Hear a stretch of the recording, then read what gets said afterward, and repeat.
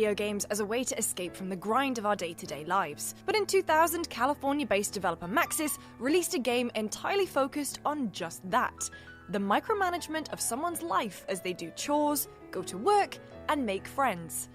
The Sims filled a niche that no one knew existed, becoming both a video game and cultural phenomenon. Welcome to the history of The Sims.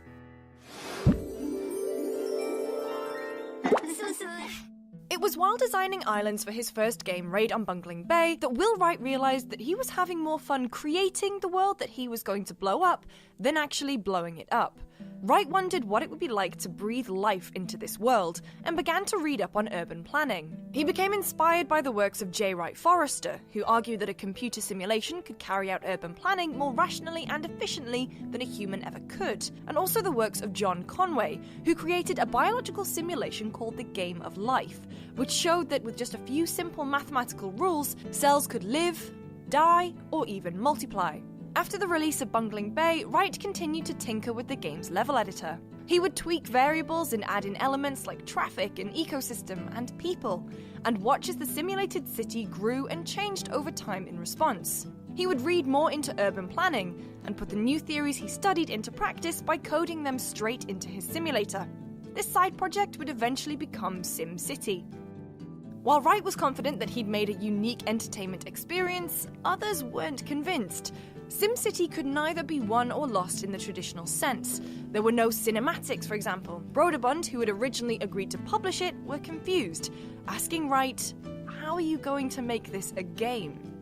His response was that the concept of a game was merely a matter of perspective.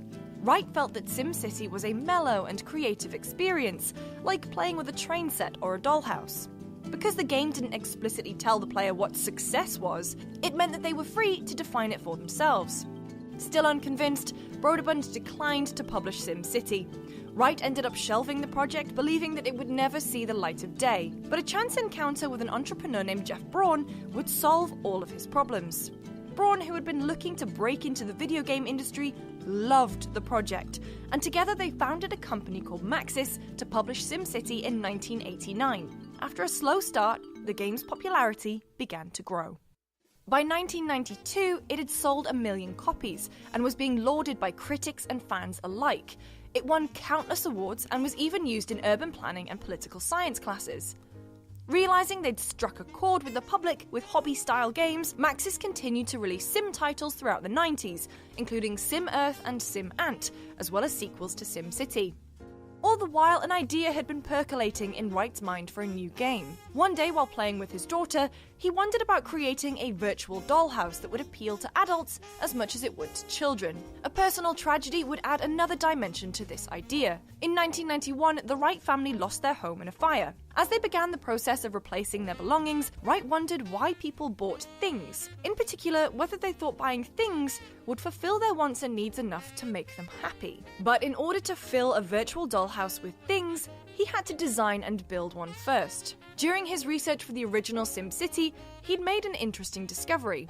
3D home design software was flying off the shelves. Realizing that people wanted to be able to design and build their own perfect homes, but perhaps weren't able to due to personal circumstances, he developed a prototype game where the player could do just that.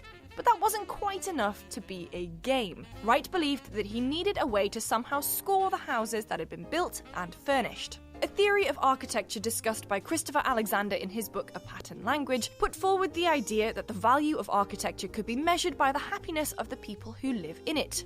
Applying this idea, Wright added Sims to his architecture prototype.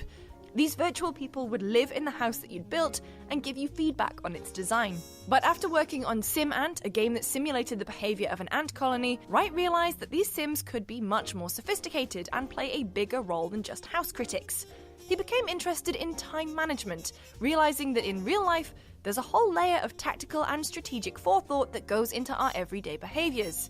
When asked about it, he said, "There's a whole subconscious time efficiency layer in our lives. In essence, real-time strategy is our lives." Combining all of these ideas together, he began working on The Sims with a small team at Maxis, but struggled to get the project off the ground. Maxis itself was struggling. None of the games it was releasing were hitting the critical or sales highs of its first game, SimCity. After experimenting with different genres, including 1995's 3D pinball for Windows, yes, that was Maxis, and suffering a string of commercial failures, they were considering acquisition offers. It was only when the studio was acquired by EA in 1997 that they gained a new lease of life. With money, new management, and direction flowing into the studio, Wright was given the team he needed to put The Sims into full production.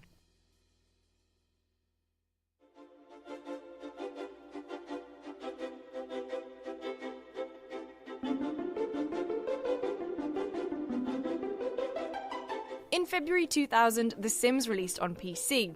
Players could select a pre-made family or create their own, choosing the appearance of each sim from a selection of heads and clothes, before assigning them personality points into 5 general categories. The family could then be moved into the neighbourhood.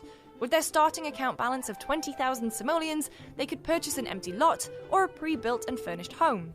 In keeping with the open-ended hobby-style philosophies of Wright's previous games, once the Sims were moved in, players were then free to do as they please. They could pause the game and demolish, rebuild, and redecorate the property however they'd like in build mode, or refurbish it with new items in buy mode. Live mode followed the Sims through their day-to-day lives.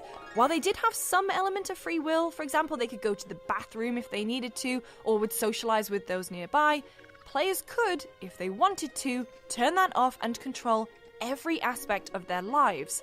There was no primary objective to the game, but fail states did exist. While Sims couldn't die of old age, they could fall victim to certain hazards like fires or even taking a dip in the pool. They could lose jobs, fall out with friends, or wet themselves in public, but whether that was deemed a failure or a success was totally up to the player. Players needed to keep track of their Sims' 8 basic needs, which would constantly deplete during the day. Needs included bladder, hunger, energy, and as a nod to the game's origins as an architecture simulator, room, which denoted how happy the Sim was with their current environment. If one of these needs is low, it affects the Sim's mood. A depressed Sim will ignore direct commands from the player, instead choosing to seek an activity that will increase their mood, like eating or sleeping. The floating plumb bob above their head indicates a Sim's mood at a glance. The greener the plumb bob, the happier the Sim. Money was another element that needed to be managed carefully. Obviously, the best way to make money was to get a job. Every day, a carpool would pick up your Sim and take them to work, and they could climb the career ladder by improving their skills and gaining friends. Or players could just input one of the game's infamous cheat codes for some easy simoleons. But a huge part of the game was building relationships between Sims. By interacting with each other, Sims gain or lose relationship points. Sims could become deadly enemies and fight, or form romantic engagements. Sims in a relationship could choose to try for a baby. After 72 in-game hours, the baby, as long as it hasn't been taken away by social services, will grow up into a child. But as The Sims 1 didn't have any kind of genetic system, the child won't resemble either parent.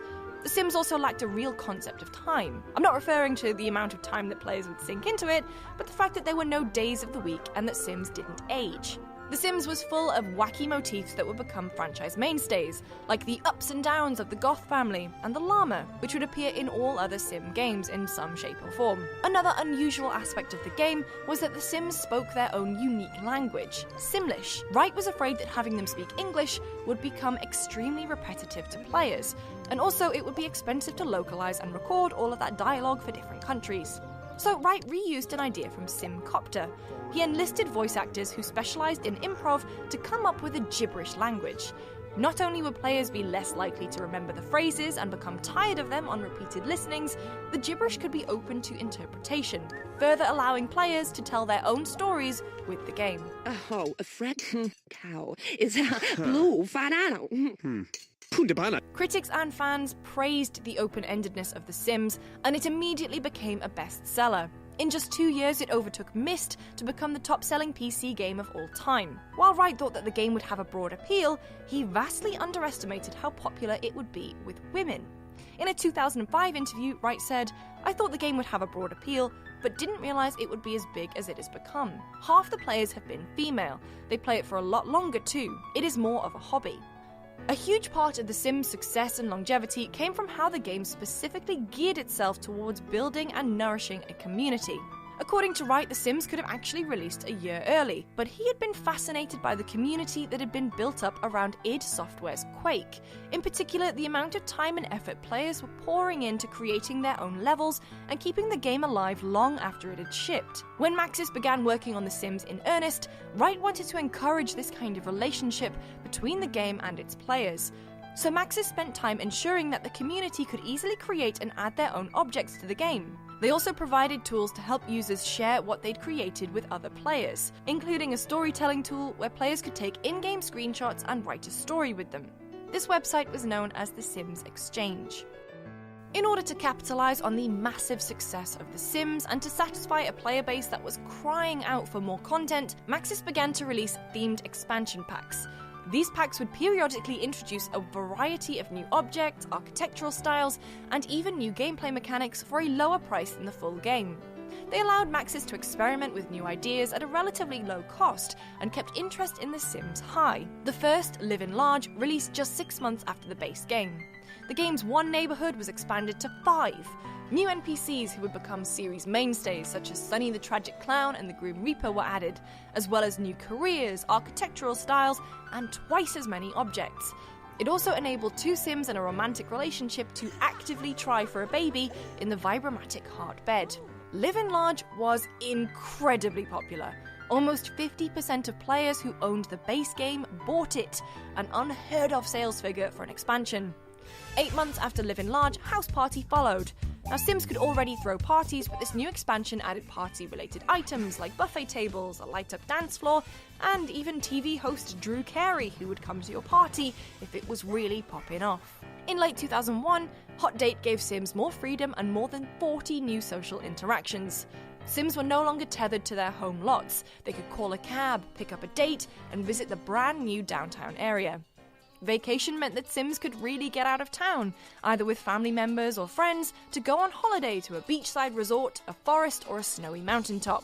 It gave Sims a wide variety of new activities to undertake, like building snowmen and sandcastles, taking up archery, and they could stay in hotels or rough it in tents and igloos.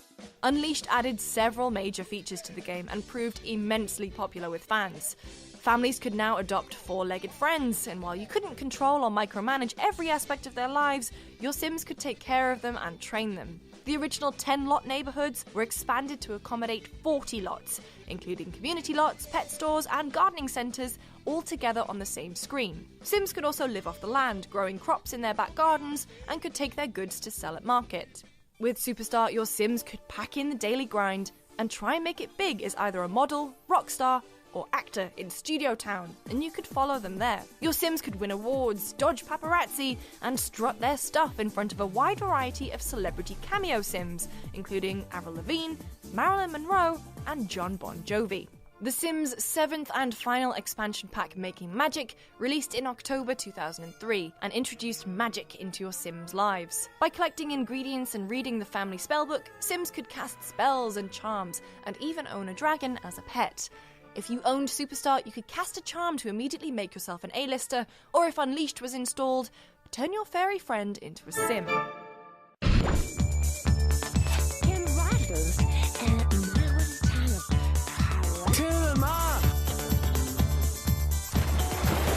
In December 2002, The Sims Online, an MMO-inspired version of The Sims 1, was released for PC. For $9.99 a month, the game allowed players to create one Sim avatar and move them into a world populated by other players.